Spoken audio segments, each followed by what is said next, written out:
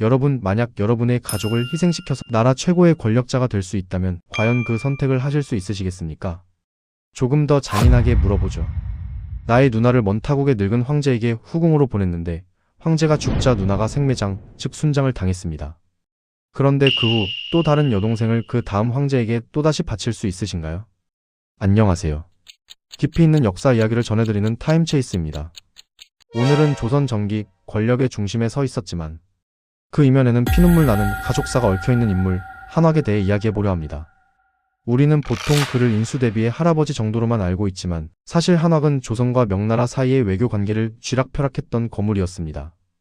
그리고 그 권력의 원천은 바로 자신의 두 누이 동생을 중국 명나라의 공료로 보낸 데서 비롯되었습니다.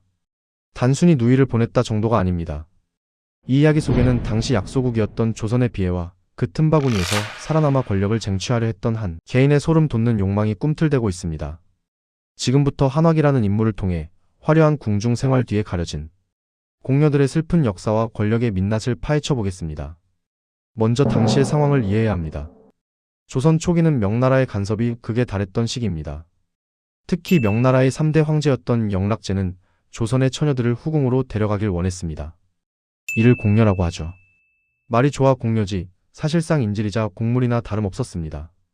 조선 왕조실록 태종 17년의 기록을 보면 명나라 사신이 와서 조선의 미인을 뽑아 황제께 바치라고 요구하는 장면이 나옵니다. 이때 조선 조정은 발칵 뒤집힙니다.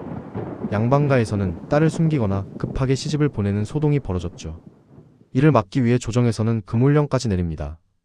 이때 선발된 여인이 바로 한학의 누이 한씨였습니다. 그녀는 미모가 뛰어났다고 전해지는데요. 결국 명나라 영락제의 후궁으로 간택되어 강해장숙녀비라는 칭호를 받게 됩니다. 자, 여기서 한학의 입장을 생각해 볼까요? 누이가 황제의 후궁이 되었습니다. 이건 당시 세계관에서 지구상 최고 권력자의 처남이 된다는 뜻입니다. 지금으로 비유하자면 내 여동생이 미국 대통령 영부인이 된 것보다 더 강력한 뒷배가 생긴 셈이죠. 실제로 한학은 이 덕분에 명나라 황실의 광록시 소경이라는 벼슬을 받고 조선에서도 승승장구합니다. 하지만 이 권력은 누이의 피눈물 위에 세워진 사상 누각이었습니다. 한씨가 명나라로 떠나던 날 그녀는 가족을 붙잡고 통곡했고 한학은 말없이 눈물을 흘리며 그녀의 짐을 들어주었다고 합니다. 여기까지는 어쩔 수 없는 약소국의 비극이라고 볼 수도 있습니다. 하지만 진짜 문제는 그 다음에 발생합니다. 영락제는 정복 군주였습니다. 힘이 넘쳤지만 세월은 이길 수 없었죠. 1424년 영락제가 몽골 원정 도중 사망합니다. 그리고 당시 명나라에는 끔찍한 악습이 남아있었습니다. 바로 순장입니다. 황제가 죽으면 그가 총애하던 후궁들을 함께 묻는 것이죠. 조선 왕조실록 세종 6년 10월 17일 기록에는 당시의 참혹한 상황이 아주 구체적으로 묘사되어 있습니다. 명나라 사신이 전한 말에 따르면 영락제가 죽자 30여 명의 궁인을 모두 죽여 순장했는데 한학의 누이인 한씨도 여기에 포함되었습니다. 그녀는 죽기 직전 어머니 저는 갑니다. 어머니 저는 갑니다. 라고 울부짖었다고 합니다. 그 소리가 얼마나 처절했는지 곁에 있던 사람들조차 차마 눈을 뜨고 볼 수 없었다고 기록되어 있습니다. 자, 여러분의 누이가 이렇게 끔찍하게 살해당했습니다. 심지어 타국 땅에서 산채로 말이죠. 보통의 사람이라면 명나라에 대한 증오심이 끓어오르거나 적어도 죄책감에 시달려야 정상일 겁니다. 그런데 역사는 참으로 아이러니하고 때로는 잔혹합니다. 영락제의 뒤를 이어 선덕제가 즉위합니다. 그리고 선덕제 역시 조선의 미녀를 요구합니다. 이때 놀랍게도 또다시 한학의 집안이 거론됩니다. 이번에는 한학의 여동생이 지목된 겁니다. 이미 언니가 가서 처참하게 죽었는데 동생까지 보내야 하는 상황. 여러분이라면 어떻게 하시겠습니까? 여기서 한학의 태도가 묘합니다. 실록을 보면 한학이 이를 적극적으로 막으려 했다는 기록보다는 오히려 이 상황을 받아들이고 이용하려 했다는 정황들이 포착됩니다. 세종실록에는 한학의 여동생이 뽑힐 당시의 상황이 묘사되어 있는데 그녀는 자신이 언니처럼 순장당할 것을 두려워하여 병을 핑계로 드러눕습니다. 하지만 한학은 아픈 누이에게 약을 다려 먹이며 병을 고치려고 노력합니다. 이 과정에서 한학의 여동생, 즉 막내 누이는 오빠인 한학에게 원망을 쏟아냅니다. 이미 누이 하나를 팔아보기가 지극하거늘 나까지 팔아오사를 누리려는가? 당시 기록에 따르면 그녀는 혼수 준비를 위해 지급된 비단을 갈기갈기 찢으며 저항했다고 합니다. 하지만 한학은 결국 그녀를 보냅니다. 이 대목에서 우리는 한학이라는 인물의 권력욕을 의심하지 않을 수 없습니다. 첫 번째는 어쩔 수 없었다 칩시다. 하지만 두 번째는? 이미 비극적인 결말을 본 상태에서 또다시 누이를 보낸다는 것은 그가 황제의 처남이라는 지위를 유지하기 위해 가족을 희생양으로 삼았다는 비난을 피하기 어렵게 만듭니다. 한학은 두 번째 누이를 보낸 대가로 명나라로부터 엄청난 하사품을 받습니다. 그리고 조선 조정 내에서의 입지는 더욱 단단해집니다. 그는 명나라 황제의 신임을 등에 업고 조선의 왕조차 함부로 대할 수 없는 슈퍼 갑의 위치에 오르게 된 것입니다. 한학의 위세는 어느 정도였을까요? 세종대왕은 우리 역사상 가장 위대한 성군이지만 그런 세종조차 한학에게는 조심스러울 수밖에 없었습니다. 한학은 조선의 신하이자 동시에 명나라 황제의 처남이라는 이중 국적자와 같은 지위를 가졌기 때문입니다. 세종은 명나라와의 관계를 원만하게 유지하기 위해 한학을 중용할 수밖에 없었습니다. 한학이 명나라 사신으로 갈 때마다 세종은 그에게 극진한 대우를 해주었고 그의 집안에 문제가 생겨도 웬만하면 덮어주려 노력했습니다. 세종은 심지어 이렇게 말하기도 했다고 합니다. 이 사람은 죄를 지어도 내가 벌 줄 수 없는 사람이다. 실제로 한학은 수양대군 훗날의 세조와 사돈을 맺습니다.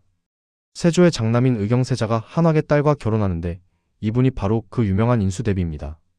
즉 한학은 명나라 황실의 외척이자 조선 왕실의 외척이라는 전무후무한 이중 로열 패밀리를 완성한 것입니다. 하지만 그의 권력은 철저하게 외세에 의존한 것이었습니다. 그는 조선의 이익보다는 명나라의 입장을 대변하는 듯한 발언을 하기도 했습니다. 명나라 사신들이 와서 무리한 요구를 할 때 한학이 이를 적극적으로 방어하기보다는 오히려 사신의 비위를 맞추는 데 급급했다는 비판도 있습니다. 그는 조선의 신하인가? 명나라의 스파이인가? 이 경계선 위에서 한학은 줄타기를 하며 자신의 가문을 최고의 위치로 끌어올렸습니다. 여러분은 이 지점에서 어떤 생각이 드시나요? 당시 약소국이었던 조선이 생존하기 위해 어쩔 수 없이 필요했던 필요악이었을까요? 아니면 가족과 국가를 팔아넘긴 기회주의자였을까요? 잠시 영상을 멈추고 댓글로 여러분의 생각을 남겨주세요. 여러분의 통찰력 있는 의견이 궁금합니다. 한학의 두 번째 누이, 즉 선덕제의 후궁이 된 그녀는 다행히 순장은 면했습니다. 선덕제가 죽고 나서 순장 제도가 점차 사라지는 추세였고 그녀는 천수를 누리다 생을 마감했습니다. 하지만 평생 고향 땅을 밟지 못하고 이국 땅에서 외로움 속에 살아야 했던 그녀의 삶이 과연 행복했을지는 의문입니다. 한학 본인은 어땠을까요? 그는 세조의 계유정난 때 수양대군의 편에 서서 공신이 되었고 좌의정까지 오르며 부귀영화를 누렸습니다. 그의 딸 인수대비는 조선 역사상 가장 강력한 대비 중 한 명이 되었죠. 결과만 놓고 보면 한학의 도박 혹은 희생은 가문의 영광으로 돌아왔습니다. 하지만 역사는 그를 단순히 성공한 정치가로만 기억하지 않습니다.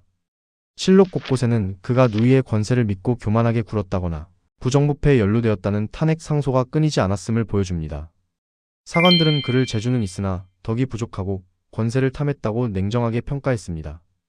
그가 얻은 권력은 누이들의 피눈물과 바꾼 것이었습니다. 첫째 누이가 생매장 당하며 부르짖었던 어머니 저갑니다. 라는 비명소리. 둘째 누이가 비단을 찢으며 흘렸던 원망의 눈물. 한학이 밤마다 그 소리를 기억했을지 아니면 화려한 관복 아래 그 기억을 묻어버렸을지는 아무도 모릅니다. 다만 확실한 것은 그가 쌓아올린 금자탑 아래에는 가족의 희생이라는 거대한 그림자가 드리워져 있다는 사실입니다. 오늘의 이야기 어떻게 보셨나요? 한학의 삶은 개인의 욕망과 시대의 비극이 어떻게 맞물리는지를 적나라하게 보여줍니다. 누군가에게 그는 가문을 일으킨 영웅일지 모르지만 또 누군가에게는 비정한 오빠이자 권력의 화신으로 비칠 것입니다. 역사는 단순히 과거의 사실을 나열하는 것이 아니라 오늘을 비추는 거울입니다. 지금 우리 사회에도 목적을 위해 가족이나 소중한 가치를 희생하는 일들이 일어나고 있지는 않은지 한학의 이야기를 통해 다시 한번 생각해보게 됩니다. 오늘 영상이 유익하셨다면 구독과 좋아요, 알림 설정 부탁드립니다. 타임체이스였습니다. 감사합니다.